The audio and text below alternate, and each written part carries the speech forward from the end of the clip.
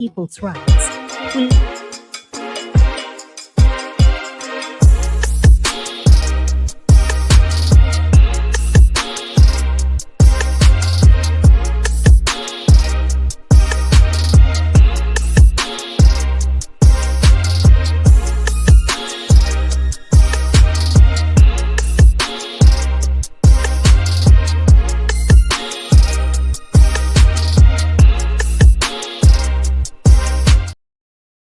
Trade deals, but didn't give details.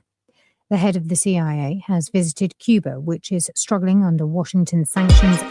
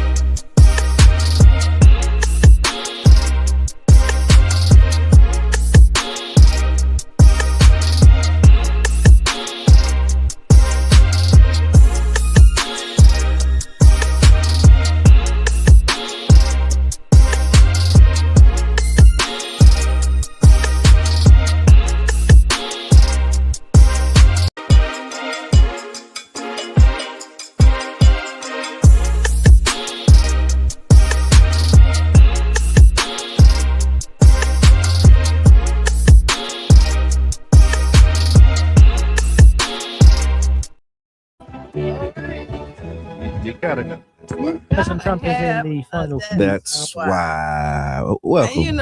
Welcome. And you know why? Because we here. We here. It's Freestyle Friday. Welcome to the Tampa Bay Breakfast Club. I'm your brother John. And this is Qiana. And this program is being brought to you as part of the New Image Project at the Community Development and Training Center, aka See That? See That. Yes. And we'd like to thank y'all for tuning in, helping us to redefine what's cool, because smart is the new gangster. Baby. And if you don't know, now you know. Now you know. Now you know. And we got to pause for the calls real quick. There you go. The Tampa Bay Breakfast Club is an independently produced program. The views, opinions, and statements expressed by hosts, guests, or callers are their own and do not necessarily reflect the views, positions, or policies of Carafesta Radio, 99 Jams, its ownership, management, affiliates, sponsors, or partners. So, you heard it. Don't call the principal. Don't do it. So, don't call the principal. Do it. Yeah. You heard what she said. Yeah. You heard what she said. But Freestyle Friday, Q, what's good with you? Okay, so let's start off by this Dr. Qiana Bryant. Qiana Bryant, okay. You didn't see the controversy. That she don't have a doctorate or something? Oh, she got a doctorate, but the university that she went to shut down, and then the third party that they hired only keep the records for 2 years. Allegedly. So she can allegedly. Okay. And she not showing y'all her diploma. She ain't doing nothing. I mean, is she obligated to do so? Doctor, and just for those who don't know, who is Dr. Qiana Bryant and kind of what does she do? She's a therapist. Okay. Or now she says she operates as a life coach. Okay. And like, I thought her on Cam Newton, I think. Yeah, that was my first time. Oh, and I spelled it wrong. Okay. Yeah, she hit Cam. Okay. She hit Nick Cannon. She hit some really big platforms, and I think she is cousins of Jamal Bryant. Oh, I got a story about Jamal too. We're gonna talk about. Okay. So yeah, Dr. Bryant. Dr. Bryant is a 10+ year seasoned, renowned life coach with a master's degree in marriage, family, and child therapy. Dr. Bryant provides life coaching sessions in office, telephonically, via Skype, FaceTime, and she will travel to you. Whatever it takes for her clients to receive guidance and help needed is what Dr. Bryant delivers. Yeah. She's also an author here, it says. Yeah, so Okay. and that's half of it. Like, so they've been saying that she doesn't have her credentials. Yes. People been saying that for a while. Okay. Corey Holcomb was the first one who said it. I don't like Corey Holcomb. Corey got a lot of people that don't like him. Yeah, I don't like him. Okay. He like I never like his jokes ain't funny. Okay. Like not to me. Like I just not your brand of comedy. And, right? and let me tell you, I always say like I'm one of them people who comedy don't offend me. Yeah. Okay. Like, it don't. I have a dark sense of humor. You can say almost you can anything. go there. Yeah. I can go all the way to hell with somebody with comedy. Like I really can. All right. And you know who get me? My brother. Like I have some thoughts and I can call Corey and we can laugh. And you can run it. Yeah. Right. Yeah. Some other people might not get it. Okay. I hear that. That's a real thing. Like I got some of that going on too. So what's the kind of the where they landed with this thing? So Corey Holcomb kicked this off saying she's not really a doctor. And people just because she goes really hard on some stuff, right? I don't necessarily agree with all her stance. That means you know, you're being honest, yeah. But so now they just calling her out, and then instead of her just saying, and then she was like, "I'm not dropping doctor." Like, and that's what they're saying. Don't call yourself a doctor. Yeah, that's like you're not really a doctor. And what she's saying is she doesn't have to operate as, even though she's Dr. Qiana, what she does, she doesn't have to have a doctorate for it. Okay, gotcha. And so she went to school, she did all this other stuff, and so leave her alone. Right on. Did y'all see it? Let us know. Put it in the chat. Are you following this thing or seeing what happened with Dr. and do we air quote Dr. Qiana? And then some other they were saying that about Umar. Dr. Umar Johnson. Somebody was saying that too. But Umar got all his stuff. He got his dissertation. Okay. And that's what they were saying. They was like, oh, that's right. I did see that. Where they said, well, where's your dissertation? Right. And she don't have and they was like, so who was on your committee? Like, who can vouch for you because being you doctor, right, because it's all the stuff that you have to do. Yeah. I mean, honestly. Ooh, yeah, I done been through some doctoral process. I'm not a doctor. Yeah. Just a good brother. Try to be. And I remember I said you're that honorary doctor. I don't know. I'll be all right. I'm all right. I'm just saying, you know how like you're honorary somebody. Not yet. And they ain't did that yet. Maybe one of these days. That's like you're honorary, AKA or Delta, but you never really did it. Yeah. And then they just put you in and say you good. And then you walk around and be like, Dr. So-and-so. I'm an AKA, but you really, but you really didn't do all the things. So do that make you it or not? Like, but if somebody just say you it, I guess it's like the night thing. Oh yeah. Yeah. I remember I was on the panel, and it just occurred to me in the moment that I was on the panel. You had I think it was a Pinellas County commissioner, a reverend, and then a doctor. And then I was brother. And so it was just interesting because I was like, you know, how you all get your that's just like church. Yeah. How do you get your you become a preacher? Become a brother? No. You become a preacher, a reverend, a bishop. The minister. So it's like a minister first, I think. Minister, pastor. I don't know how. I don't know the progression. So how you get how do you advance to get your position? Because you know it'll go from reverend to not as a bishop. That's a whole process though. So it's kind of like the doctor. Because I remember when Bishop Sykes became Bishop Sykes, and I think it's like I don't know if it's an election or some type of do you have to have so many? So I'm like, listen, I'm not trying. You got so many hours of do you have to say that you preach so many services to get your bishop title? I ain't trying to be funny. No. I just want to know. Just want to know what the process is for becoming a higher up. Yeah. I mean, and the highest is the Pope, right? That's kind of high. Yeah, I guess I don't know. I mean, the Pope is the highest in the Catholic. In that particular order. Yeah, Right. that's true. And then how do you become a prophet? I've seen flyers with prophetess and prophet. Because so-and-so. all of that is something that somebody gives you that name. Who told you was a prophet? Your mom? No.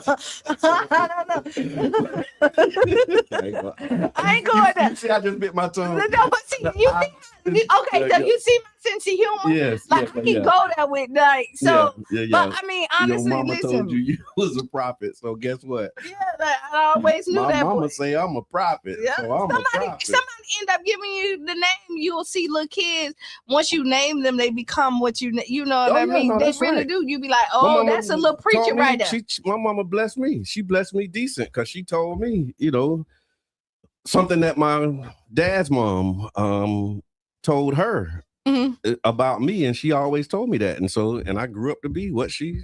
Well, I'm growing into it. Sometimes you don't see it. Yeah, I'm growing into it, but that's what she said. She said I was born to be a great man of God. That's what the vision was. And she told me that since I was like 6 years old. And so when they would ask in school, what you want to be when you grow up? A great man of God. Yeah, I said a preacher because that's the way I understood it at the time. Yeah, at that time. You know what I mean? After the Challenger blew up, I didn't want to be an astronaut. And I was like, you know what? I'm going to be a preacher when I grow up. Oh. Then I got... But that's not what they said. They said you was going to be a great man of God. Man of God, yeah. In many ways, right? And then after that, a teacher. Like, in high school, like after the preacher thing was like, I don't know, I really be a preacher. It was kind of always in the back of my mind. Yeah. But then I wanted to be a teacher growing up. And so, yeah, I think I'm kind of walking into that. They say Bill Cosby's honorary degrees. Okay. They took Bill Cosby's honorary degrees away so they can give it and take them away. And see, I don't like that either. Like, don't give me nothing and then take it away. And so, yeah, true. Don't give me nothing. No, if you could take it away, like if it's something that, like, I mean, yeah. No, I hear that. And no, earlier you was talking about Qiana Bryant. That she's related to Jamal Bryant. Okay, so I got a story on here about Jamal Bryant. Okay, and so Jamal Bryant. The question is, he was talking about Netflix and the roast. Okay. So Jamal Bryant, hold on, let me just step back. Was Kevin Hart's Netflix roast comedy or disrespect? Pastor Jamal Bryant is speaking out. All right, that's the headline. Okay. So the reason everybody's speaking out. Yeah, everybody's speaking out. Oh, yeah. See, I didn't realize that everybody was speaking out. We talked about it earlier this week. And thank you, comedian Damian Davis, for calling in and sharing your perspective on it. But most comedians stand where Damian at. Okay, it's a roast. It's a roast. That's Fair what game. This is what they practiced. They knew what the guidelines was. Yeah. Carol Underwood came out and said when they said something about my dead husband who committed suicide, she was like it. She was like it. She could take it. She could, and everybody there could take it.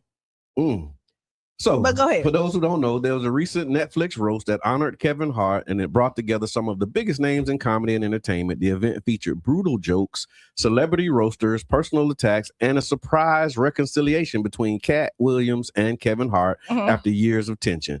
But while many fans saw it as a classic roast culture, others believe the event crossed the line. One of the loudest critics has been Jamal Bryant, who publicly criticized Netflix and the roast, saying that the Kevin Hart roast wasn't comedy, it was disrespect dressed as jokes. Why people are pushing back? Because they said the roast included jokes about infidelity, addiction, slavery, race, disability scandals, and deeply personal issues regarding Kevin and others.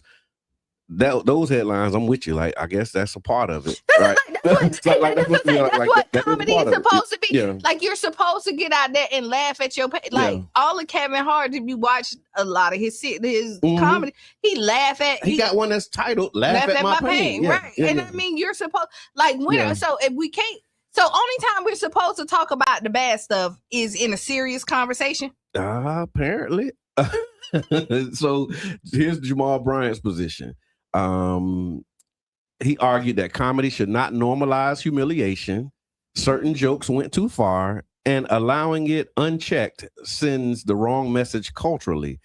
His comments sparked immediate debate. Some applauded him for speaking up, and others said, "Hey, it's a roast. You know, that's what everybody signed up for." So, Dr.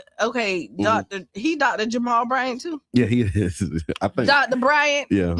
Dr. Jamal Bryant. Yeah. I have to disagree with you on this one. Okay. Now, I didn't find it funny. I didn't find a lot of it funny. I said it like I cut it off. Yeah, yeah. And it ain't because I just didn't find the humor in it, but I wasn't offended. Okay. Right. Yeah, there was another person who also pushed back on it. There's other people actually.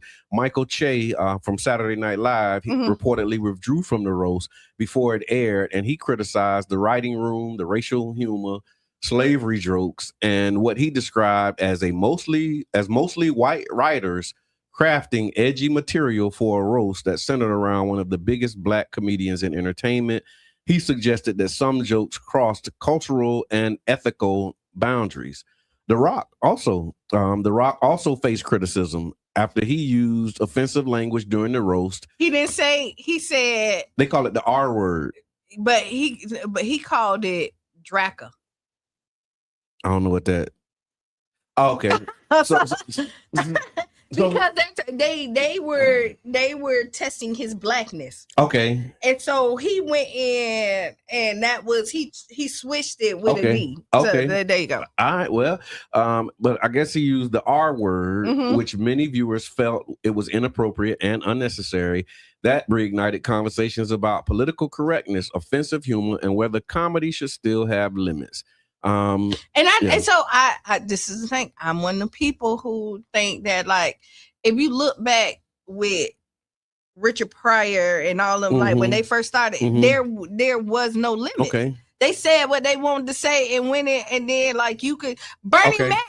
Like his comedy right now would at one point would have offended. He would have been on the cancel culture. Yeah. Like all of it. And you know, there are some comedians that we grew up watching that if they were here today, it would be different. It would totally be different. Yeah. And the thing is, maybe. No, it would have, because they went through a whole cancel culture. Okay. That like you couldn't say, like comedians went and they had to redraft everything they said to be politically correct. Miko just in the what she talking about? The R word. She just put it in the chat. I can't see it. Retarded. But and Cheryl Underwood say she talked about she said, I have a story about somebody with my sister who is disabled. Okay. And she said, I tried to make it disabled. I tried to do it. It ain't funny.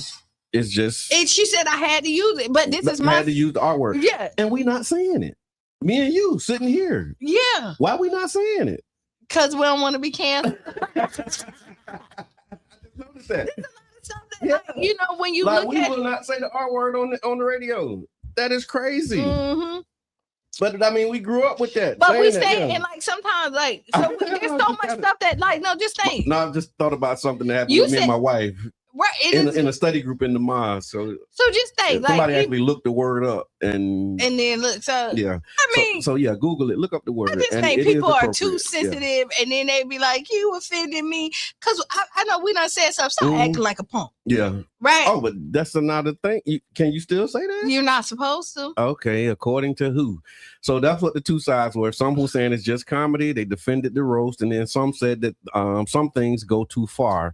And they could be. Here's the other thing that came up. The two sides of it. The question was: are we laughing with people or are we laughing at people?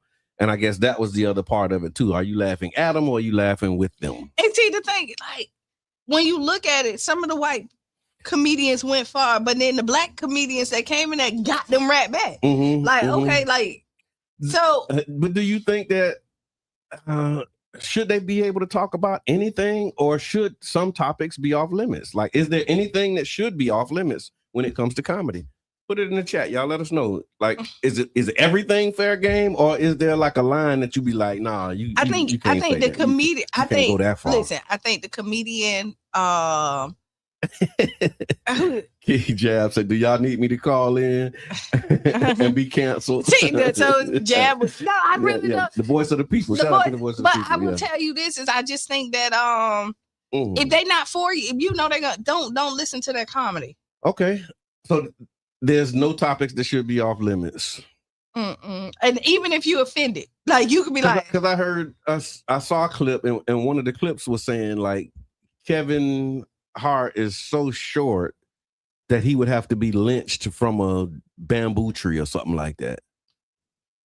And it was like, why say it? Like it didn't. And then he openly said like, and I debated whether I should say that for 3 weeks. So he knew like when he said it was going to cause a reaction. But so here you go. Yeah. I didn't find that funny. Me either. Like if you would have, if you would have made, if you would have tied that into something that would have made it funny, then I would have been with you. But no, there was no like some of the jokes didn't make any sense of why you were saying them. Like if you would have tied them in. Yeah. So I will agree with the people who feel like you just feel like you just wanted to say some stuff just to get it off your chest. Okay. So you could say it.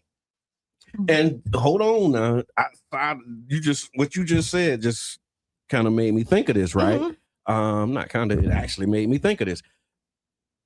Not even in comedy, people will use jokes to say stuff that they really be wanting to say, but then be like, I'm just joking. Right, no. And it'd be disrespect though, Q. Yeah. They disguise disrespect as a joke in real life. Yeah. But they just saying, I was just joking. Okay. That how you balance that? Is it because you're a professional that you can go ahead and just be disrespectful? But like in real life, if somebody says something disrespectful, but they say I was just joking. So how you navigate that one? I mean, I be like, you weren't joking and keep it moving. Like, come on, like you meant that. Yeah, you meant that. Like that's been in your chest. Like that's been on your heart, your chest. Like you should have just said that without trying to make a joke about it. But that's usually how people are passive aggressive. Yeah. Naturally now. Okay. And this is my new thing too. Wow. Two things can be true at the same time. Okay. Like it was disrespectful. Jokes can be hurtful. They can be hurtful. Yeah. Words hurt. Like the whole thing, words may hurt. Yeah. Sticks and stones will break my bones, but words will never. That's a lie. Yeah, that's a lie because words stick with you. Yeah. So I can see how people could be offended by it. But Kevin did what he needed to do because everybody in the world is talking about it. Yeah. And it was number one on Netflix. And I mean, controversy and this kind of stuff gets you to number one. And and it was able to get Cat Williams on the stage with him. Yeah, that was and this is what I'm finna tell you. All that ish that Cat Williams, I said it. Yeah, I said it. Listen. I didn't see what he said. No, he came out there and was like, I'm here just for the money. No, you can't just because you're joking. Yeah, there's things that when you cross that line. The other part of this whole it's somebody's line who you don't know who made the line. Right, because it's an imaginary line. Okay. Like I said, I have a dark sense of humor. I know that like for some people, like some stuff I say is crossing the line. And so with those people, you don't say it, right? I don't say it. But see, in that group of room, they was okay with everybody's in that room. Okay, so they're friends. They're not thinking about the camera and the rest of the world. They're talking about us in this room. They didn't cross the line for those people in that room. Okay. And they just happened to air it out, so another one of the questions that came up, are audiences becoming numb to disrespect? Like once you see disrespect and you see it being perpetuated, same thing like with these murders, when you keep seeing videos or these fight videos, some stuff has become entertainment when at one point like you've been like, oh my God, that's horrible. But now people look at people getting shot. Still say horrible. Yeah. And then the last part on this was people were criticizing Jamal Bryant for saying it because they said spiritual leaders shouldn't be speaking on entertainment and culture. And so that's the question too. Should, because he's a pastor. Okay, stop it. No. Okay, whoever said that, I disagree with you on that. Okay. Because we all have an opinion. Right.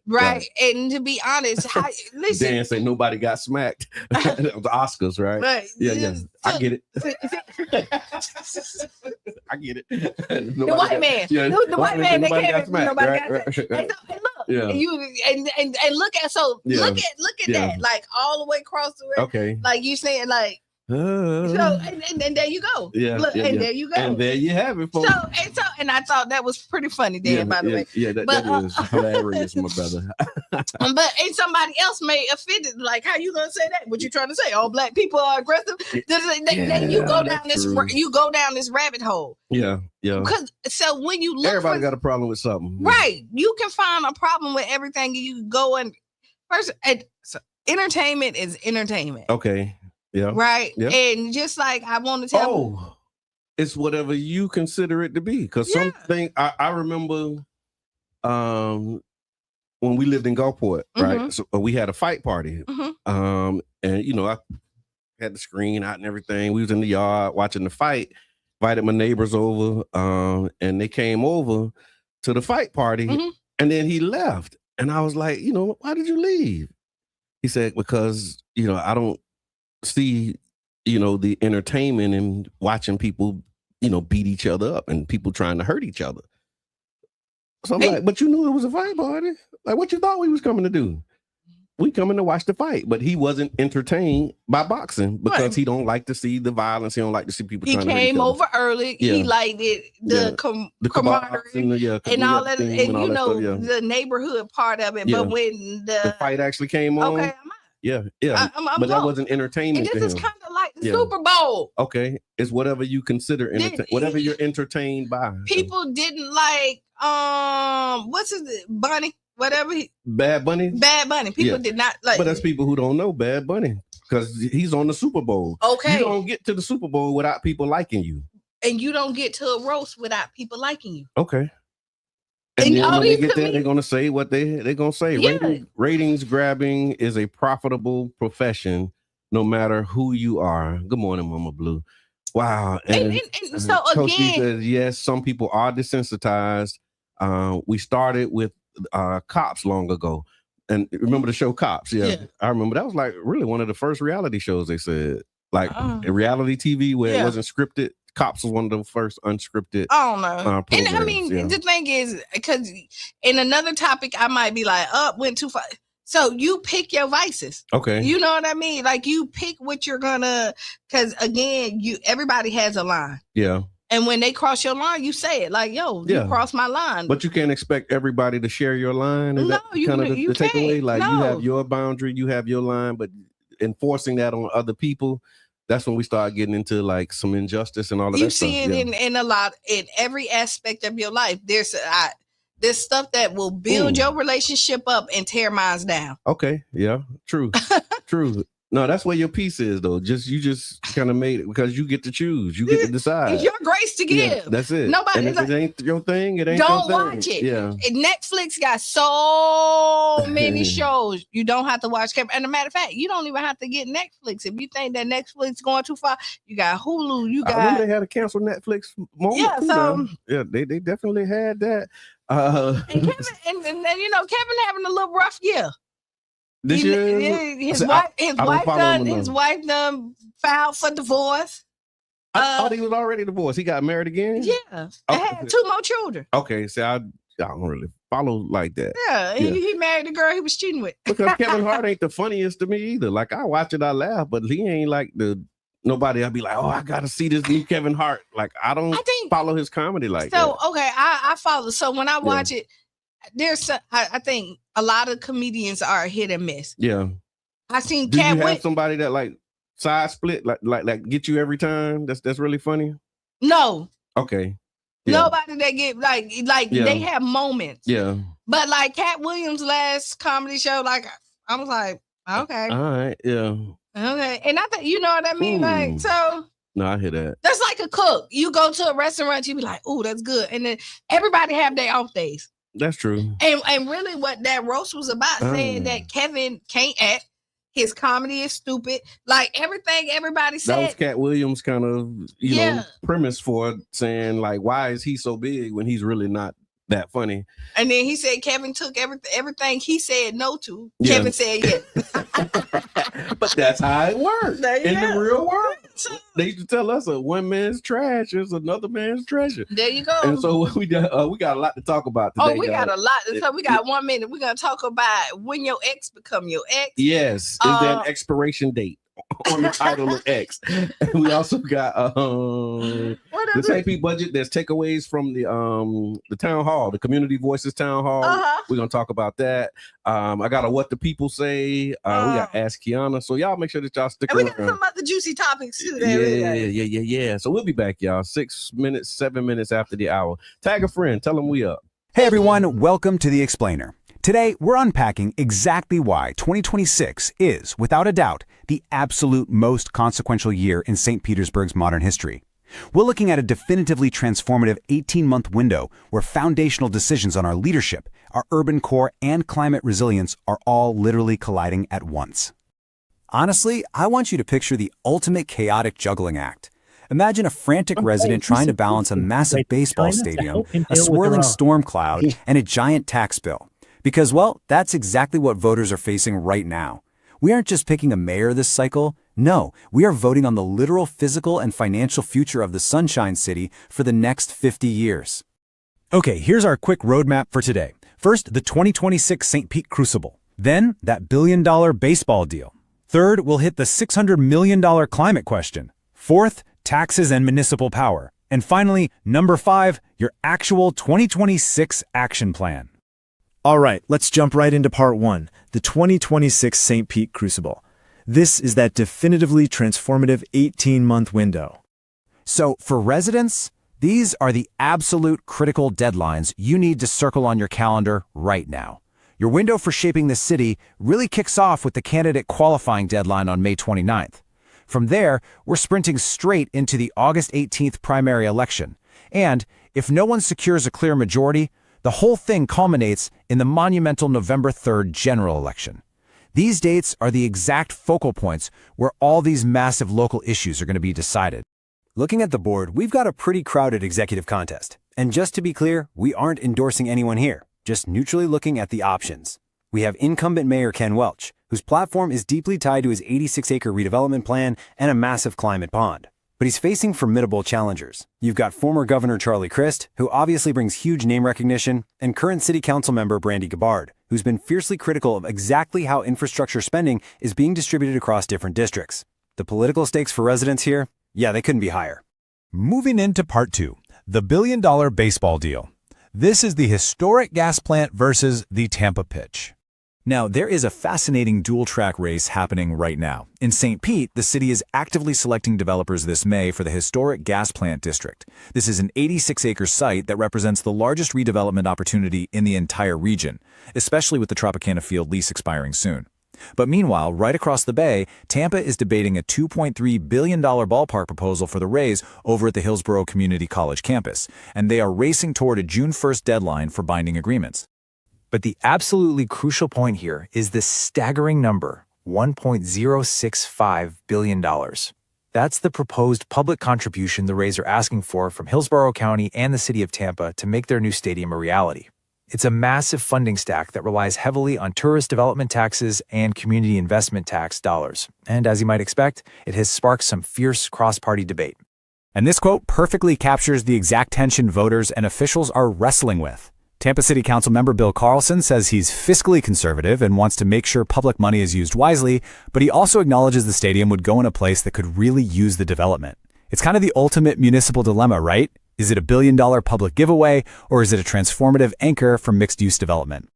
Okay, shifting gears to part 3, the $600 million climate question, also known as the St. Pete Agile Resilience Bond. Look, recent hurricanes like Helene and Milton completely exposed the vulnerabilities in St. Pete's aging infrastructure. Right now, the city uses a pay-as-you-go approach funded strictly by utility fees. The problem? That's going to take until 2050 to finish necessary upgrades, carrying a huge risk of inflation and delays. So officials are proposing a general obligation or GEO bond to front-load $600 million right now. This would accelerate 5 years of projects to harden the city's stormwater and sewer systems. Let's translate this massive bond directly to your kitchen table.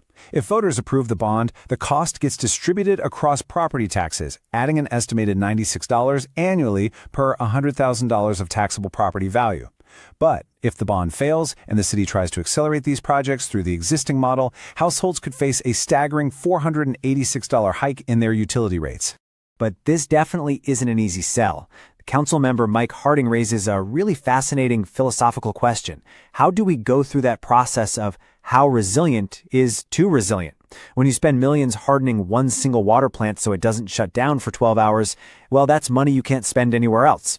Plus, candidates like Brandy Gabbard are pointing out that these proposed projects aren't evenly distributed across the city's districts, so it's this massive debate over equity and economic timing. All right, diving into part 4, taxes and municipal power. We're talking fiscal squeezes and the Duke Energy expiration. While the city is considering taking on $600 million in bond debt, they are simultaneously facing a huge state-level threat. Looming state legislation, specifically House Bill 201, threatens to completely eliminate non-school property taxes on homesteaded properties. If that passes, St. Pete's revenue would plummet by $140 million. To put that in perspective, after paying for police and fire, the city would have barely anything left over to split among parks, recreation, and community enrichment. And at the exact same time, the city's 30-year franchise agreement with Duke Energy expires in August 2026. Because of this, St. Pete is currently studying whether it's feasible to officially break up with Duke entirely and create its own municipal electric utility. Essentially, a city-owned public utility that provides electricity directly to residents to try and gain control over rates, grid resilience, and renewable energy goals. Okay, bringing it all home with Part 5, your 2026 action plan. Let's look at key deadlines and advocacy points. Your voice is absolutely the deciding factor in all of this. So, here's your action plan. Step 1, track the Community Benefits Advisory Council, or CBAC, committee selections this May, because they are going to advise on that massive gas plant district. Step 2, keep a close eye on Tampa's June 1st stadium deadline, as that will ripple across the entire Bay.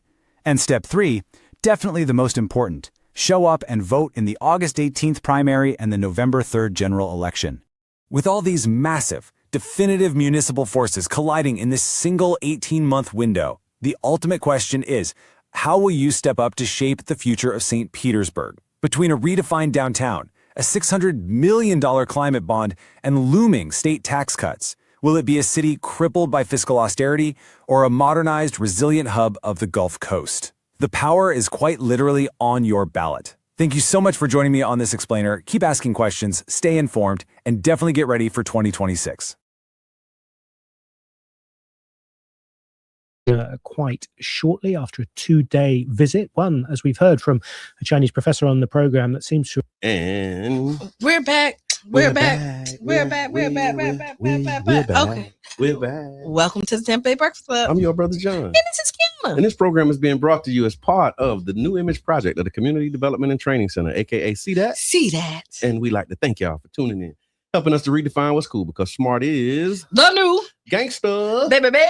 And if you don't know, now you know. Now, before you play the thing, okay, right? I'm going to say this really quick. No, play that first. Okay. Play that first. Yeah, because it might be. The Tampa Bay Breakfast Club is an independently produced program. The views, opinions, and statements expressed by hosts, guests, or callers are their own and do not necessarily reflect the views, positions, or policies of Carafesta Radio, 99 Jams, its ownership, management, affiliates, sponsors, or partners. Boom. So what's on your mind? Okay, so I was thinking about my coffee really quick, right? Okay. I like great customer service. Okay, yes. So I go. Who doesn't? Right. That customer service was just too good.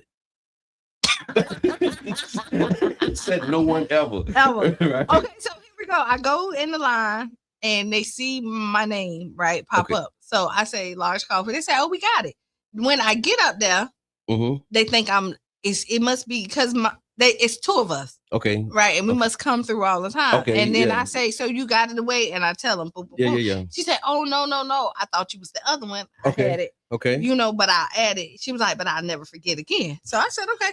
I rolled to the window. The one at the window got the other coffee. Okay. He said, "Oh, that's wrong. That ain't for her." Ah. Right? Yeah. And he was like, "No." And I appreciate that they know what I like. Good customer service. So kudos out there to the line. That's what I was thinking about. And consistency. That's all. It is. Do it consistently. Because I like the crazy part is I get the same order. I like when the manager make it because he make it right. Okay. Because some of them, I don't know what they be doing. And it don't be. No, I'll be like, you don't see my face sometimes. I taste this guy and I be like, I have seen it. So we got a couple of relationship topics we're gonna talk about. Yeah. Let's start with this one first. There was a married couple. Okay, go ahead. They were married for 70 years. Uh-huh. And they died just hours apart. So a Tennessee couple who had been married for nearly 70 years passed away just hours apart from each other. Family members say the husband and the wife had spent a lifetime together, 70 years, raising a family, building memories, and remaining deeply connected all the way through their final days. And so what they were talking about is just how stories like this reflect what people call this deep emotional and spiritual connection, and how long-term couples sometimes experience what's known as broken heart effect. And after one partner passes, the other may begin to decline quickly. It really speaks to connection, routine, and shared life over the decades. So I just thought that was interesting. So in a time where, these relationships can seem temporary, to have a story of somebody who's been there literally until death do them part. Because just think, if they've been together 70 years, they was together longer than they were separated. Yeah. I think I might be in that space now. Yeah, but so here we go. Yeah. I think that's so romantic. Yeah, I'm in that space. Oh, to like that hours apart. Yeah, I saw another story where like I wonder if this is the same one. Where they was in the same bed, like like he died in the facility, and then or she died. One of them died in the facility. The other one got in the bed and then died shortly thereafter. Time is up. Yeah. You think you can choose when you die? Like you know what, that's it. I'm finna just natural cause this thing. I think some people do. Like not like that. Yeah. I think that because people fight. Yeah. Like you see those people and you can let go. Like some people there's a way to let go. So if you believe what happens on the movies and stuff, you see the light, you see something, and they be like, come to the light. And some be like, I ain't ready. And then some people, I might be one. I negotiate with the light. You might, but 70 years from now, I start looking like, okay, look. Let me see. You and Sean together 70 years, so now you 90. Yeah, you're in the 90s. That feels right. And now your life partner say it's over. Yeah. What else are you gonna? I don't want to. Like, here's the thing. I want to go first. I'll just say it that way. Call it selfish, whatever you want to call it. Okay. But I can't imagine. So there you go. I can't imagine what that would be like. And so, yeah.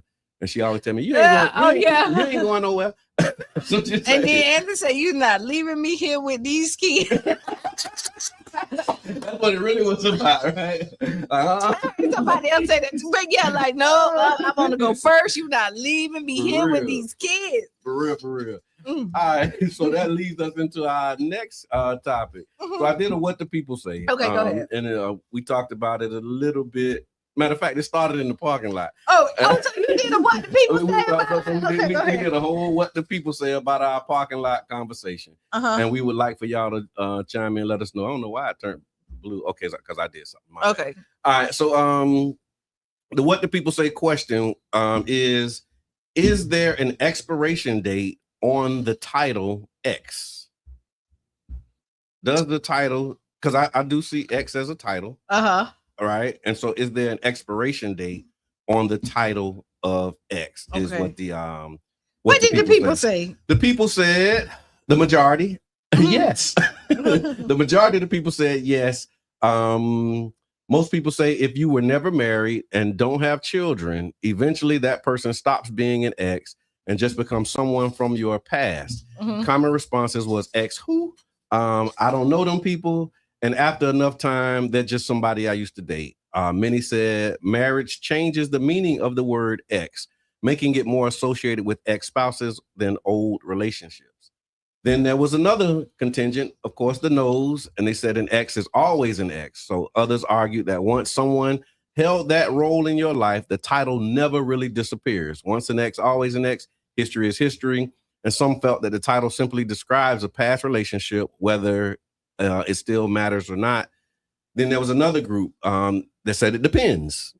These are conditions, right? A large group landed in the middle. If you share children, the title sticks, they said, because the connection continues.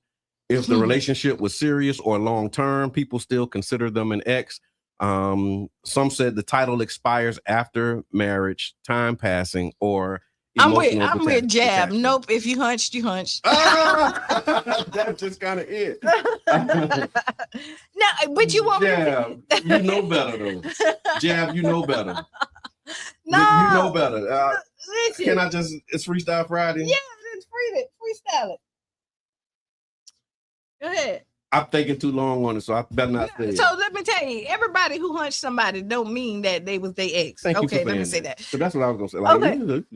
Yeah. So let me. But you wasn't even in a relationship. Listen. I think the bare minimum you have to be in a relationship. So an ex has to be. So to say that you were ex, y'all had to have a title. Okay. Like this you had to go together. You had to go together. Yeah. Yeah. Hunching don't make you go together. Yeah. True. But okay. But people change different titles. If you don't put a girlfriend, they say a situationship. Okay, that's a new word though. Yeah, I remember growing up with some situationships. Right, but people call it after because once you hunching on somebody so long, y'all something. You're something. I ain't say that. You're something. You're something. I didn't realize this was gonna go here. I didn't either. Yes, King Jab, thank you, because you just took the thing. I mean, but that doesn't necessarily make you an ex either. Yeah, like that doesn't make you a girlfriend. Yeah. Like that could have been like, oh yeah, you're just cool. Yeah, you're cool more than cool. Yeah. But that's how you so see, there you go. Yeah, it depends on what end of the relationship. I wanted my wife to be here for this, but she had to work. Okay, so but I wanted her to be here because if she was here, then I feel more comfortable having this conversation. But so here we go. Especially where you took it.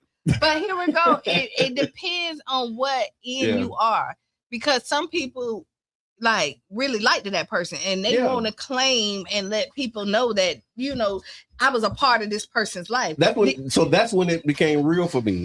Thank you for bringing it back, because that's when it became real for me. Somebody from my past, somebody I was cool with back in the day, introduced themselves to somebody else as my ex. And you said, I ain't got no ex. Man, I don't have no exes. Like I say, your ex, and I'm like, I don't have an ex. Yeah, but you dated them for 3 years. In middle school. But it was 3 years of your life. In middle school. Me and my wife been together since I was 16, 17. I know, y'all been together since y'all was 2.5. So how I got an ex? That 1 year that you was before you was with her? It was about in 6th grade. But see, from 6th grade to like 7th grade. But the fact that you could say said we exit, like, no. Y'all was, but I mean, you don't put... But that don't mean boyfriend and girlfriend, we was cool back in the day. That's how I describe it. Well, it don't matter. Somebody I was cool with back in the day. But however you describe it, you dated her. Yeah. You dated her. But that don't make them an ex. But just because they have an ex just because you're somebody's ex don't mean that you have significance. So she might have been an ex in 8th grade. But listen. Might have even been an ex in 9th grade. It doesn't but by the time 30 years pass and I becomes a whole different person, like how you still an ex?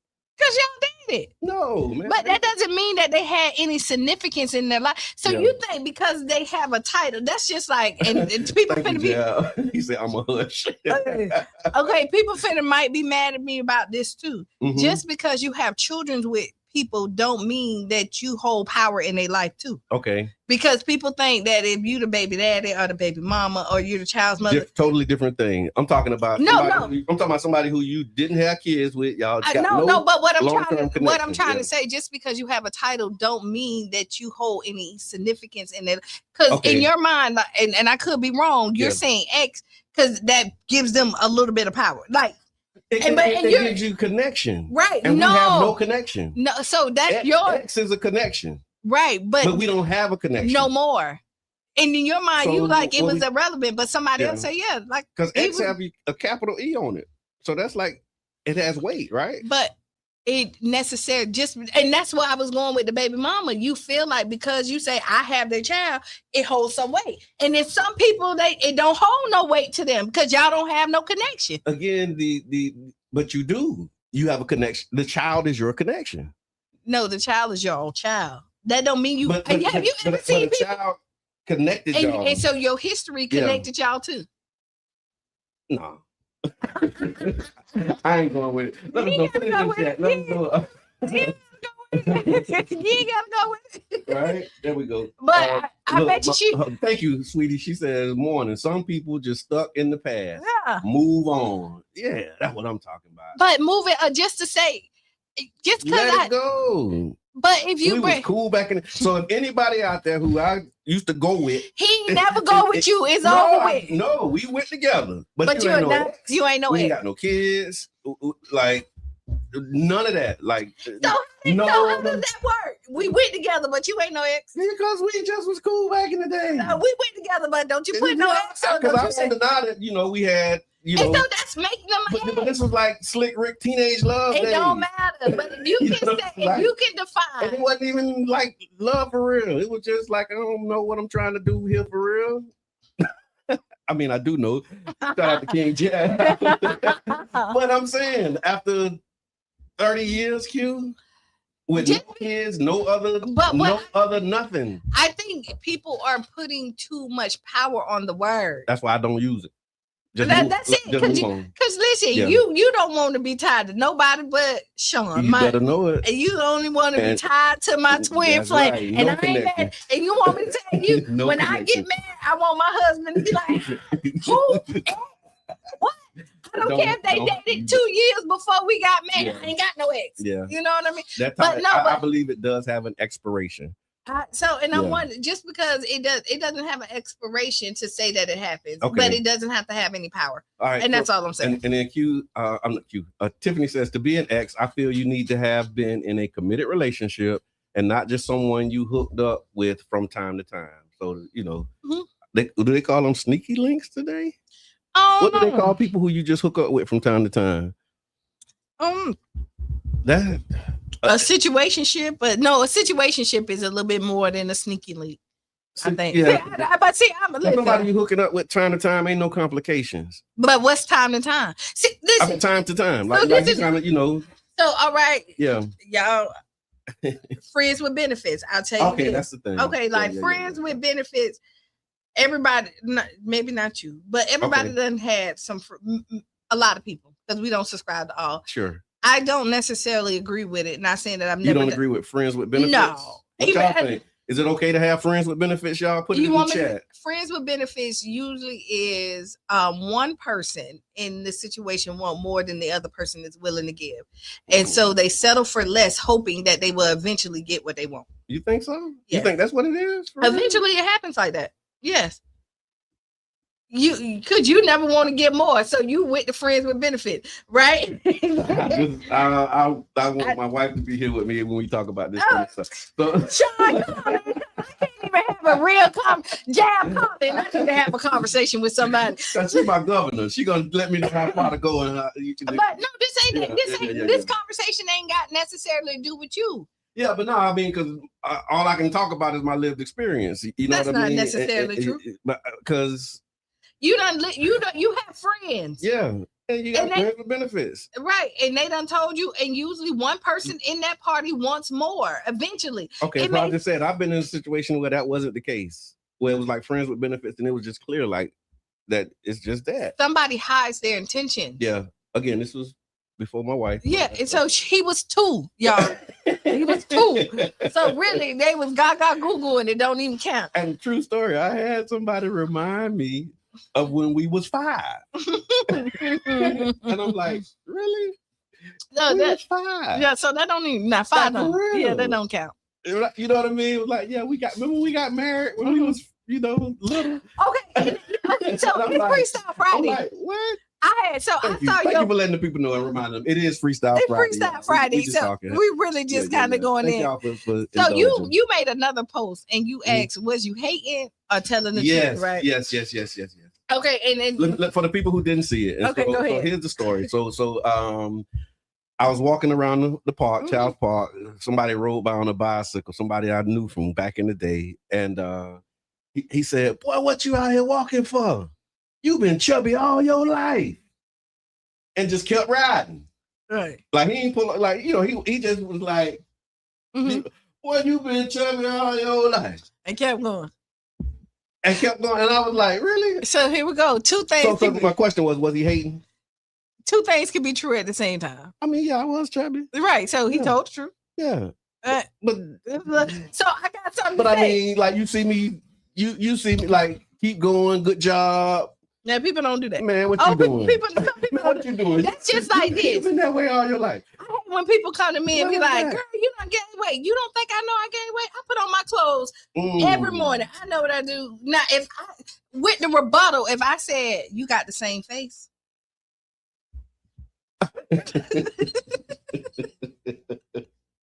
You can do something about I can do something about my weight. But your face. You can't do nothing about it. mean, now, would I be wrong?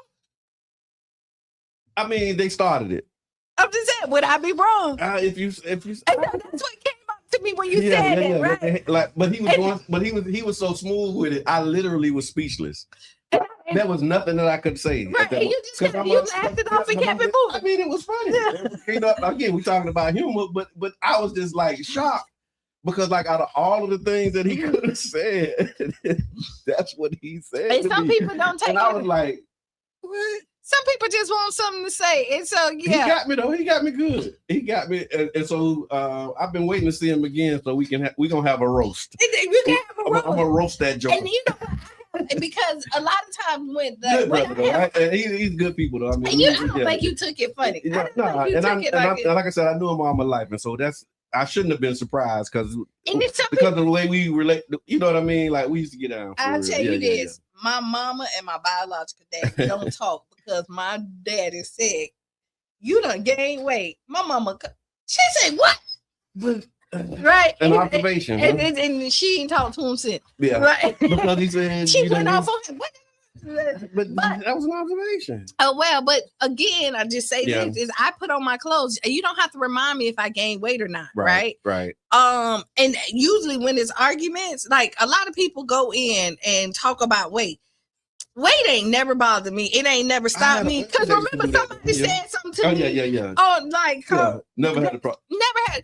Because the one you gotta thing be secure in yourself, though. It really is. Because one thing I had to grow to be that. Because I used to get teased because of my weight, and I guess maybe that's why when he said it, I was speechless because I had a moment with it. But after that, I was like, man, I'm Brother John. And you got your weight. I'm me. And she like all the chubbiness. Yeah. She's like I'm me. But there was a time before I became me where that like used to really hurt my feelings. You know what I'm saying? Like I really, and they used to tease me. I used to get picked on about it. You know, I'm short, I'm chubby. Yeah. I used to have husky, like my jeans. I remember my mom going to like get me some jeans, and I'd be like, I like those. And she was like, now, Sonny, you need a husky. Yeah. But I could never find the husky that looked like the other one.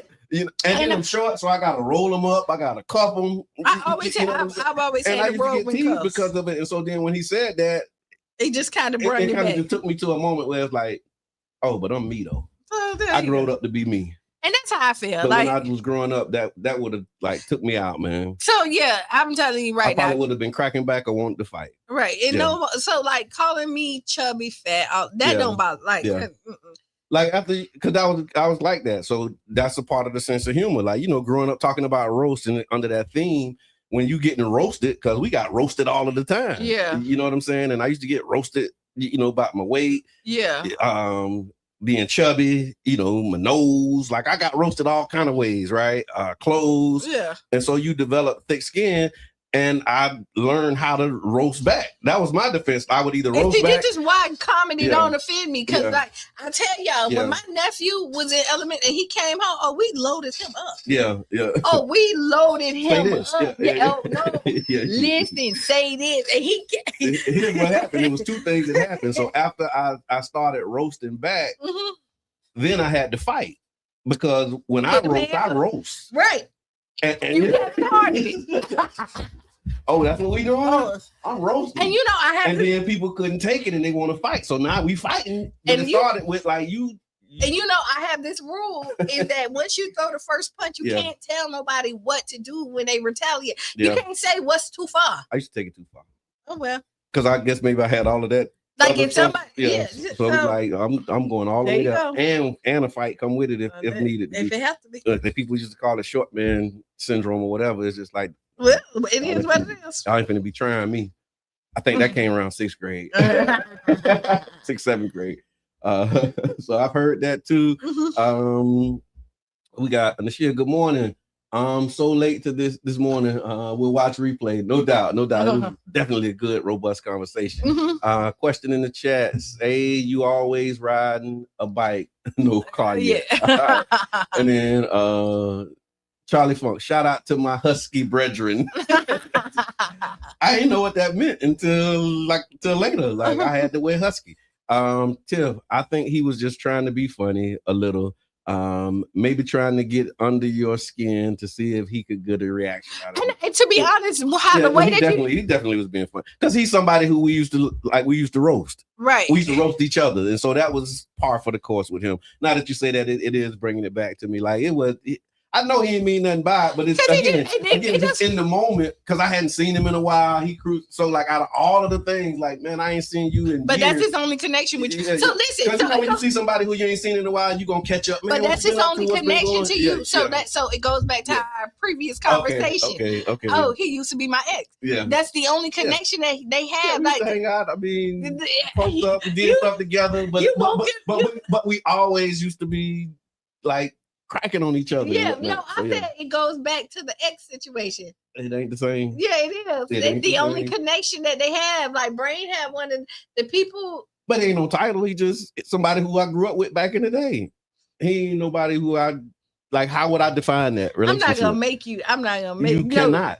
I'm saying I've already decided. No, listen. No, what I'm saying is, you see how he said chubby. Yeah. He been chubby. That was his only connection at that point. Yeah. So when you see somebody, you bring something familiar up. Yeah. Okay. So now let's talk about that. It's Freestyle Friday. Okay, go ahead. What do you do when the only thing that you have in common with somebody is the things y'all used to do?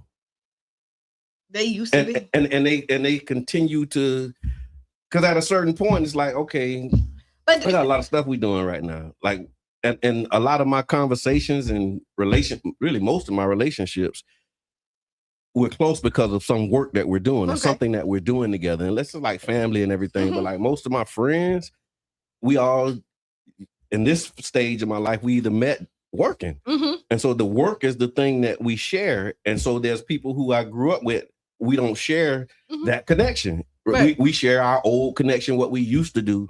And then at a certain point, after you run through all of the used to do's, it's like, well, what you up to now? And the things that we're up to now are so vastly different. Yeah, and that's fine. That's okay. Yeah. That's okay. It's good. But we don't spend a lot of time together because the orbits that we're in, and that's fine. No love, lost, no hard feelings. That's fine. Like, that's we don't life. hang out every day because what I do on a day to day is not the same that you do every day. And that's fine. That's life. Like I was just saying, so one of the people I call best friends, I speak to her probably less than I talk to anybody in the room. Okay.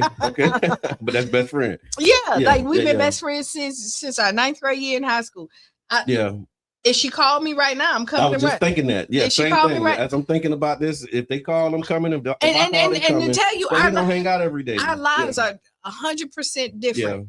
Yeah. Like what I do on a regular day basis, and everything that I juggle, and the things that she do, they don't connect. Like, like we don't have that connection where we can go and do all that stuff. But that doesn't. I'll tell you the trip about it. I remember the whole growth stage, right? As you hanging out and you kind of like, I remember I was making my change and my transition. And so the things sound like a song. The things I used to do, I don't do no more. Right. But as I was making those changes and people would come around, it's like, no, I'm good. I don't do that no more. As I was changing, I started seeing people change too. Yeah. Right. And that was hard. You know what I'm saying? Because it's like, dang, like that was all that was. Like I thought we was closer than that. Yeah. But it was only this exchange, you know what I'm saying? And then I grew later to be like, okay, well, that's why people hang out, because you hang with people who you got things in common with.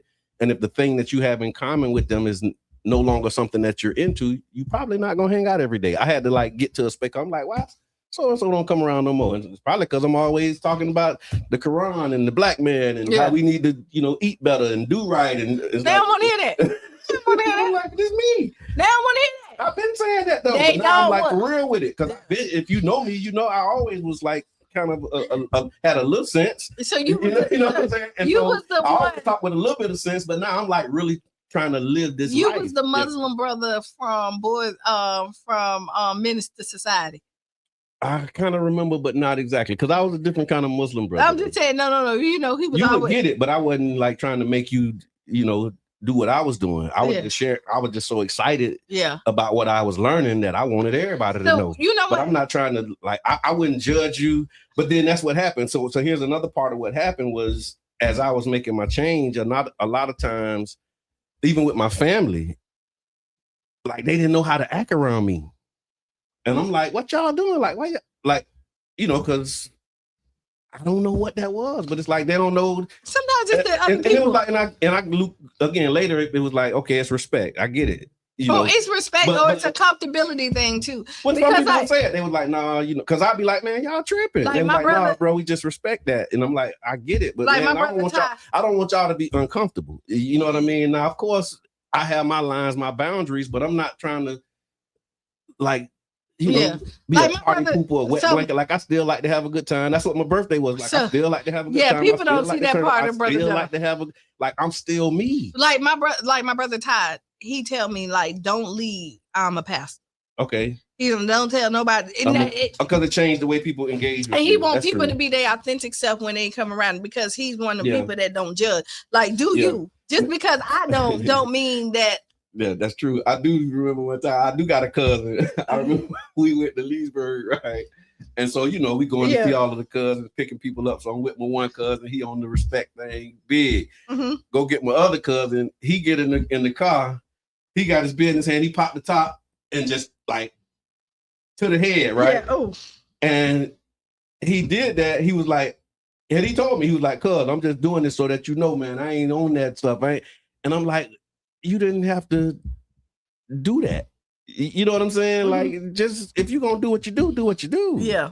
You know what I'm saying? Because what you eat don't move my bowels. I know. You did, but it was like, it is what like you're gonna show me that you're gonna hurt yourself to show me how much you not on what I'm on. It's okay. So again, this is Freestyle Friday, y'all. Look, because seasons change, people change. Be all right with it.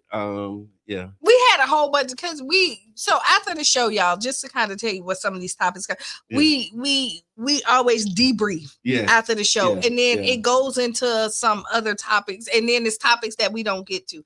Like when we were talking about the ex, that kind of came up, and even in that, like, what exes can people date? We kind of remember we was talking about like. So continue that conversation. So earlier, if you missed it, you just. But we don't even have to tap because we do have some other subjects that we. But that's a good question though, right? Because we talked about that and we did say that we was going to discuss it today. So I want to honor that in the time that we have. So one of the other questions was like, after you've dated somebody, is it okay for your friends to date them? And is it some people who you like no, like some people it's okay for them to date them, and then some people it's not okay? I think so. I think if you know, you know. If you know that you shouldn't. Like, so I think my friends, my true friends, know how I feel about people. Okay. Right. And then they'll be like, yeah, that's off limits. Okay, right? Gotcha. But I do think there is an expiration date. On how long the friend can no longer, because I'm also one of the people, if I no longer feel like a connection and I know that we're not gonna work, who am I to stand in the place for real love? Like, we live in St. Pete. Okay. Everybody know everybody. Everybody done swap some exes and boom, boom, boom, boom, and then we don't subscribe to all. You have, but because you don't count. That's true. But you don't count. But a lot of people, yes, 2.5. But so So yeah, I mean it's inevitable, right? You're gonna, especially the older you get. The older you get, and are you supposed? So you say you don't have exes, right? No. So if I dated you in high school and now I done been out of high school, how long? 30 years. Right. Yeah. So now I'm still holding weight to that. You want the friend to not date that person that you dated in high school 30 years ago. That don't make no sense to me. Why not? Why not? Yeah. What, like, yeah. Why not? Yeah. Like if at that point, the expiration has added, so they're no longer. So you see, I'm talking to you. The expiration date is the expiration, because most people said that there's an expiration date for exes, right? Yeah. So then you cannot hold people to that same standard. Okay. And I do think time plays. I think time plays a factor in that. So as long as they're an ex, they can't be dated, but when they no longer become an ex, no, because sometimes then it's like, okay, fair game, because now you're just somebody I was cool with back in the day. And to be honest, let me tell you, because that's how I describe it. You're somebody who I was cool with back in the day. So here we go. They don't necessarily have to be an ex for them to have meant something to you and your friends. That's why I say, if you know, you know. Yeah. So the people who know, and anybody else is kind of fair game because you didn't know. Yeah. I only would get upset for the people that really know and then still move forward. Right. Then now we might have a little friction. That's sending all kind of questions through your mind. And that's just me. I hear that. That's just me. But again, I'm not one of them people who feel like I need to step in somebody's way to stop true love, especially if I know I ain't circling back. There's no chance that it's going boom, boom. Like, you making me feel so good right now. I just feel so free. I'm so free. I feel so free because a lot of that stuff I have no even thought about. To be honest, I'm like, go. Yeah. It's such a blessing. It's such a blessing, man. I'm like, go ahead. I have no thoughts about none of that stuff, man. And it's a lot of people who are having those considerations. So thank God. Could you be mad for no reason? Okay, so we're gonna move on. But I think people who have a grudge still from like, oh, we fought in middle school and you still don't like somebody from there. Grow up. From a middle school fight. A high school fight too. Grow up. Yeah. Grow up. Dang, Sean, this is the day you should have been here. But you had to work. I told you. So in other news, y'all, we're going to talk about this Community Voices Town Hall. Okay, go ahead. Because the Community Voices Town Hall was on Monday. We talked about it a little bit. Was it Tuesday? Tuesday, thank you. This week is moving quick. Lots been happening. And so, Tuesday, thank you. Let me just get this here so that I can have this recap. And one of the things that people were saying in that town hall, so it was the first of a series of Community Voices Town Hall. It brought together residents, organizers, stakeholders, and community leaders for a powerful conversation about the future of St. Petersburg, especially South St. Pete and the historic gas plant. And one of the things that became clear right out of the gate was that people were there because they want to be heard, they want transparency, and people want development that benefits existing residents, not displacing them, disguised as progress. So one of the major themes that came up, and it seems to be coming up in like a lot of the surveys that we've been doing, is affordable housing. Residents have been expressing concerns about rising costs, temporary affordability programs, and rapid development that's pushing longtime residents out of the community. And affordable housing, right? These conversations around affordability, oftentimes they don't include jobs and wages, because and thank you, UB. I know this one of UB stomp down talking points, man. If you, how did you say it last night, UB? If you make zero, you can afford zero. Yeah. You know what I'm saying? If you make one, you can afford one. You know what I mean? And so if the price of the thing is one and you make zero, guess what? You're not going to be able to afford it. And so we got to start looking at what people are making in order to, when we have this conversation, to balance this equation, because you can't build your way out of an affordability crisis, in my humble opinion. Which led to the second thing that people were talking about in the conversation was workforce development and local hiring. That was a strong thing that people were supportive of. Apprenticeship programs, workforce pipelines, they talked about, and some speakers even talked about starting career pathways as early as elementary school so that people know beforehand what they want to be, not only know what they want to be when they grow up, but they're learning and developing the skills that they need in order to become that when they do grow up. I 100% subscribe to that. Yeah. Like, as parents, I think you pay attention to your children and see what they're interested in and then start to pour into them. Yeah, again, right. Blessed. My mama did that. Right. Yeah. And people, in her way, but but some people don't understand that. Like, I knew Cheyenne was and I give credit to her for that. Yeah. Because if she wouldn't have told me early what my purpose was and what I was born to be, there's no telling where I would have ended up. Because knowing what I knew about myself, when I was in certain situations, I knew that I was not supposed to be there. Like, I'm like, it's how you pour into your children. Because I knew that wasn't me. I knew that wasn't where I was supposed to be. But I'm, like, that's just kind of the environment, right? That's what we're doing. That's how we're doing it. But I always knew. And then later on, I tell the story all the time. Now that we grown, they always say, yeah, you were never really like us. You always was different. And so it's how you was like us, but you wasn't. It's how you pour into your children. Yeah. So there's a crossroad. Either you're going to take what they say and go this way, or take it and go this way. Yeah. Right. It's so once you realize, and I think God is so good because he give you parents that's supposed to help mold you. Right. And as a parent, like, there's no real book, like, right or wrong. Yeah. It's some wrong way. Ooh. But like, when you look at it, you try to mold the best way you can with the tools that you have. So that's true. You mold what you can with the tools that you have. But here's the again, y'all have heard me say this before, the science of procreation, right? When we talking about producing children, a lot of times the intentionality is not there. Like, we're not entering into this action to produce a child. It's just like, oh, that's just a consequence of what we were trying to do.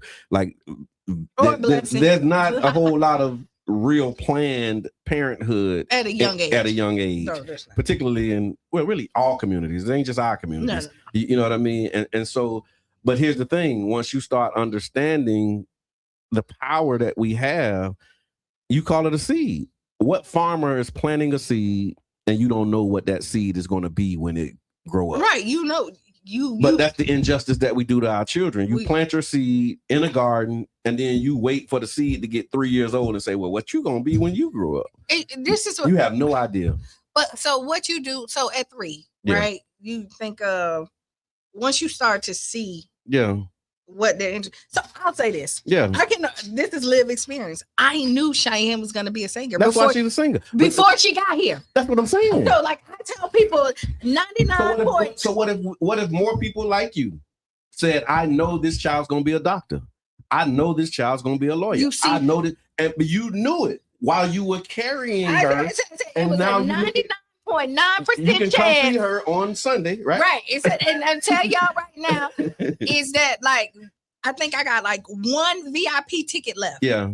All VIP tickets are sold out. Yeah. No. If you listen, don't call me, don't text me, don't inbox. If you ain't get them, you ain't got them. The point. But get your ticket now. You knew your regular ticket. What she was going to be when she grew up. And once I knew, that's amazing. As you think about the blessing for you and the blessing for the child, because now you don't have to figure out what you're going to be. You know that's what you're going to do. And so people think that, like, because some people can criticize, right? Of course, anything. So when you look at it, I pour in, and then I start to direct her life. Yeah, that way from day one. Right. So she came out singing, like, she started singing at 2, performing at 3, like 4, like, boom, boom. Do you hear what you're saying? The seed was planted. Yes. And when the seed touched the soil, you watered the seed. Yes. And the seed grew up to be what you knew it was going to be. We don't have that type of intentionality with the way we go into producing and creating children. And that's all I'm saying. Yeah, we don't. Let's talk to our children now before they get here about, like, okay, knowing that once you produce, there's an opportunity there. Yeah. Right. Like, look at all of these problems in the world, and you say, okay, what problem can we produce a child to solve? Yeah. Right. And then let us make man. That's what the Bible said, right? Let us make man. Mom and daddy get together and say, let us make a man. So and that man, who I just thought about? Cure cancer. Brother Donnie and Crystal. Yeah. Extremely intelligent, smart. Boom. And look at their children. They understand the science. They understand the science. We went to the same classroom, right? But he grew up in the classroom. I just got there later. Yeah. He understands the science. Shout out to Professor Mack and his family. Right. And so this was when you say, let me bring this back to this town hall. Okay, go ahead. Sorry, we couldn't get into parenting. We did because one of the things that people talked about was workforce development. It's Freestyle Friday, and they were talking about this career to cradle pipeline is something that we like to see. And then there were several other topics that were discussed. The conversation is going to continue.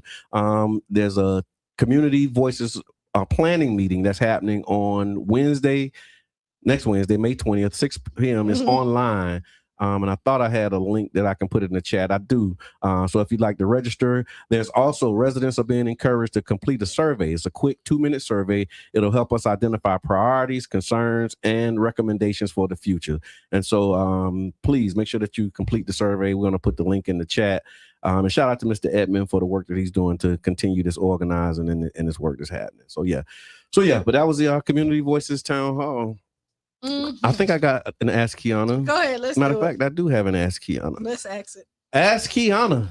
Oh wait, hold on. Yeah, we got a thing for Ask Qiana. Y'all ready? Ask Qiana is brought to you by the One Community Grocery Co-op. We're getting closer and closer to our goal of 300 founding member owners and bringing a community-owned grocery store right here to St. Pete. This isn't just about groceries. It's about ownership, access, and investing in ourselves.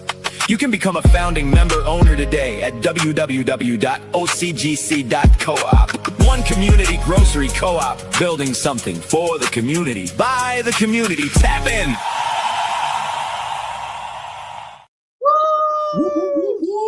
All right, so Qiana. Okay. Good morning. I'm a married black working mom of 4, 2 boys, 10 and 13, and 2 girls, 5 and 8. My husband is extremely tough on our boys and says I baby them anytime I show affection or softness. But when it comes to our girls, he's much gentler and feels I'm too hard on them when I discipline them. We constantly clash over this. Am I wrong for wanting all of our kids to be loved, disciplined, and held accountable equally, regardless of gender, especially knowing the realities of our black children will face in the world? I think y'all both doing the same thing. You a woman and you know what they need. And he's a man and he's preparing them for what they need on the men. But also y'all are giving balance. And when you realize that there's balance in that household, y'all will stop arguing. Because when he disciplines, a 2-parent household, if it's done right. So when he does do it, they still do need the comfort of the femininity to come in and let them know that it's okay. There's the harshness sometimes that you need so that you can withstand the stuff that life is going to give you. But you also need to know that you have a safe place to come to when it is too hard. You have a place that you can cry when you can break down them walls. So both of y'all at this point need to sit down and be like, we're doing a great job. Like, I'm hard on my girls because I know what they need to do, but they need to also know that when they find their husband, they need to be their dad. Their dad need to be able to tell them, I got you.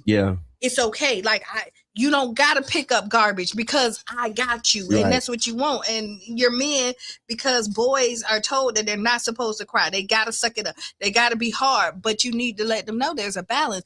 When you out there, you put on that face. But when you walk through those doors, you no longer have to be angry. You're no longer fighting the world. That's right.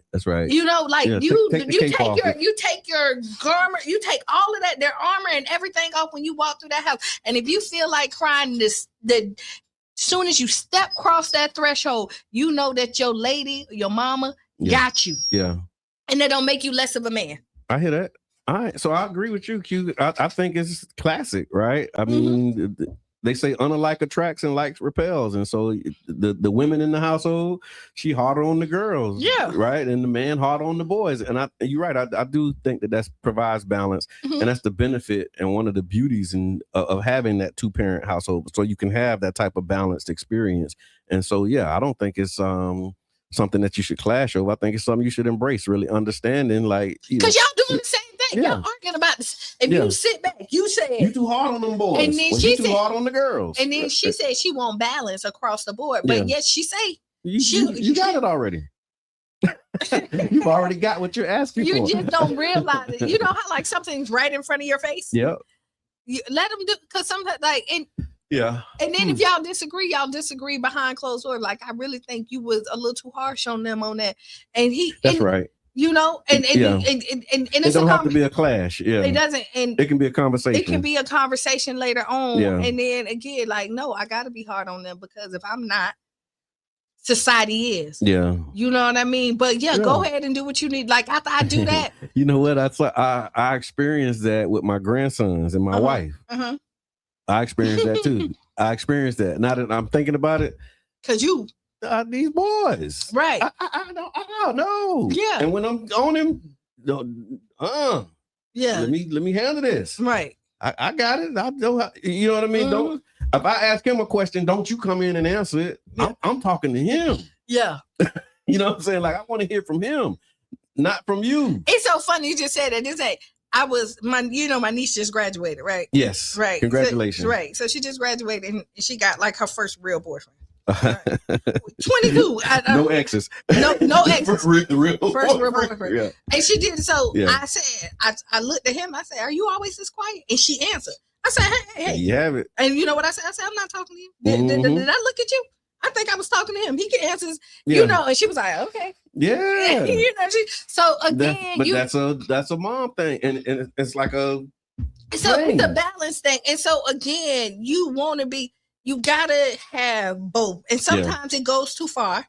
Of course. You know what? And then, you do too much of is not good. But again, you say whatever to your grandsons, let them do whatever, and then your wife go give them a snack and say, "Baby, Papa, I had to tell you that." You know what I mean? But yeah, we got that part figured. But it was just interesting because that is a part of the beauty of the both parts of it. So there's a lot happening this weekend, and we got 5 minutes. I want to run through these announcements. But thank you for the letter. Thank you for the support. Again, if you'd like to join, you can go to ocgc.coop. Trust me, everything that you need to sign up is there. ocgc.coop. Just go there and you'll be able to find your way. It's very easy to sign up and become a founding member owner of the One Community Grocery Co-op. All right, so first thing I want to talk about with the announcements, and then y'all can put them in the chat too if you know, because there's a lot of things that are happening, a lot of things going on this weekend. And so we're going to start with tomorrow morning. The Fusion 49th District is doing a cleanup. So you can start your Saturday morning by giving back to the community. Fusion 49th is inviting residents, businesses, and volunteers to come out to the 49th Street corridor. That's at 9 a.m. from 9 a.m. to 12 at Trolley Market Square. That's 18th Avenue and 49th Street, where that big welcome to Gulfport sign is. Yes. That's where the meetup will be. And so come on out. There'll be everything that you need will be provided. Just wear some comfortable shoes. You're going to be out doing some cleaning up. And so come out, help. The thing about the cleanups that I really like is you have an immediate impact. Like you can do a before picture, do your thing, come back, take an after picture, and you can see the product of your effort in a few hours. And so come out, join us if you're into that kind of thing. Then there's the Courage Code. There's teens taking control. The young people and families are invited to the Courage Code. It's a free youth empowerment event that's focused on confidence, cyberbullying awareness, mental health, and positive decision making. There will be food, raffles, giveaways, resources, and real conversations to help teens handle the pressure of being online and in real life. That's tomorrow at 11 o'clock at Mount Zion Progressive Missionary Baptist Church.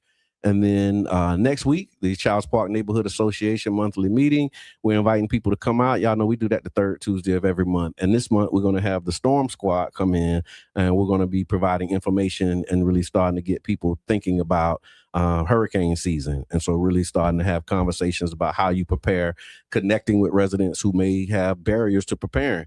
A lot of times we tell people to get ready for the storms, but if you don't have income, you barely can pay your bills now. We telling you to buy some food and don't eat it because you might need to eat it later. Yeah. We understand that that's a reality for a lot of people. You barely eating tonight, and you want me to not eat the food that's right there because a storm may be coming. I get it. So we want to be able to provide some tips, tools, and ways that you can still build your survival kit. And then also making sure that we're organizing these types of resources for our community for those who don't have the disposable income to truly properly prepare.